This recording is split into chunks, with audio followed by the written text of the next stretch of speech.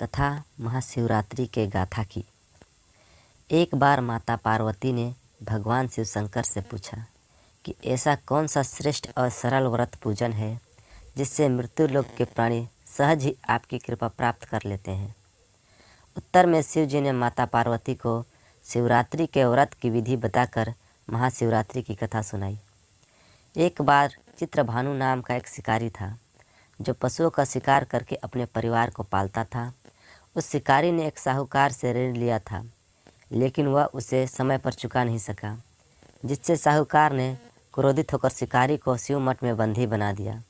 संयोगवश वह महाशिवरात्रि का दिन था और वहाँ कीर्तन चल रहा था। शिकारी ध्यान मग्न होकर कीर्तन एवं शिव संबंधित धार्मिक बातें सुन रहा था। चतुर्दशी को अपने महाशिवरात्रि व्रत कथा भी सुनिए। शाम के समय साहूकार ने शिकारी से ऋण संबंधित बात की।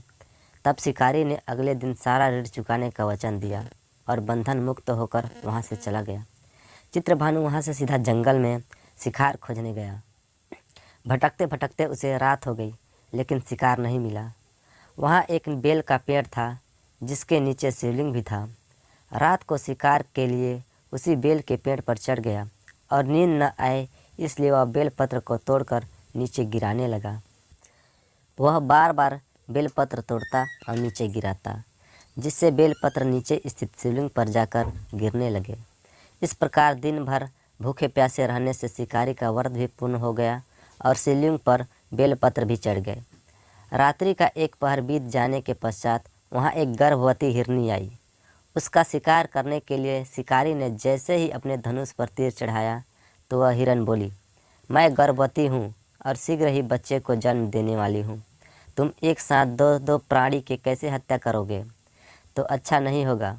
मैं अपने बच्चे को जन्म देकर शीघ्र ही तुम्हारे पास आऊँगी।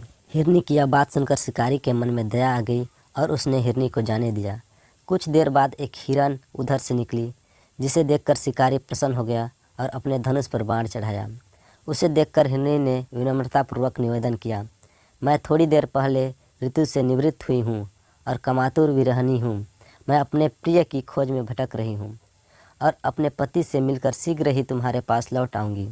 उसकी बात सुनकर शिकारी ने उसे भी जाने दिया। रात्रि का अंतिम पहर बीत ही रहा था कि तभी एक मृग अपने बच्चों के साथ उधर से गुजरी। उसे देखकर शिकारी ने तुरंत ही अपना धनुष उठाया और बाण चलाने की ही वाला था कि वह मृगी बोली, यदि तुम मुझे मार दोगे तो मेरे बच्चे जंगल में भटक जाएंगे। मैं अपने बच्चों को उनके पिता के पास छोड़कर शीघ्र ही तुम्हारे समक्ष आऊँगी। मृगी की बात सुनकर शिकारी बोला, मैं 2 बार अपना शिकार खो चुका हूँ। मेरे बच्चे भूख प्यास से तड़प रहे होंगे। मृगी ने कहा, जैसे तुम्हें बच्चों की ममता सता रही है, ठीक वैसे ही मुझे भी। मैं थोड़ी देर के लिए तुमसे जीवन दान मांग रही हूँ। बच्चों को उनके पिता के पास छोड़कर मैं तुम्हारे पास आने की प्रतिज्ञा करती हूँ। मृगी का दिन स्वर सुनकर शिकारी को दया आ गई और उसने उसे भी जाने दिया। शिकार के अभाव में बेल के पेड़ पर बैठा शिकारी बेलपत्र तोड़कर गिराता जा रहा था। जब सुबह होने को आई तब एक हष्ट पुष्ट मृग उस तरफ आया। तब शिकारी ने सोचा कि इसका तो अवश्य शिकार कर लूँगा। जब उसने धनुष पर तीर चढ़ाया तो वह मृग बोला, यदि तुमने पूर्व में आने वाले तीनों मृगों और उनके बच्चों को मार डाला है तो मुझे भी मार दो। मैं उन तीनों का पति हूँ, और यदि तुमने उनको छोड़ दिया है तो मुझे भी कुछ क्षणों का जीवन दान दो। उनसे मिलकर शीघ्र ही तुम्हारे पास आऊँगा। मृग की यह बात सुनकर पूरे रात का घटनाक्रम उनकी आंखों के सामने घूम गया। उसने सारी बात मृग को बताई। तब उसने कहा कि मेरी तीनों पत्नियां जिस प्रकार प्रतिज्ञाबद्ध होकर गई है, मेरी मृत्यु से उनकी प्रतिज्ञा टूट जाएगी और वह अपने धर्म का पालन नहीं कर सकेगी। जिस प्रकार तुमने उन्हें विश्वास पात्र मानकर छोड़ा है, वैसे ही मुझे भी कुछ क्षणों का जीवन दान दो। मैं उन सब के साथ तुम्हारे समक्ष उपस्थित होऊंगा। उपवास, रात्रि जागरण और शिवलिंग पर बेलपत्र चढ़ाने के से शिकारी का हिंसक हृदय निर्मल हो गया और उसमें भागवत शक्ति का वास हो गया। धनुष बाण उनके हाथ से सहज ही छूटकर नीचे गिर गई। भगवान शिव की कृपा से उसका हिंसक हृदय करुणामय भाव से भर गया। आज वह अपने अतीत के कर्मों को याद कर पश्चाताप की आग में जलने लगा।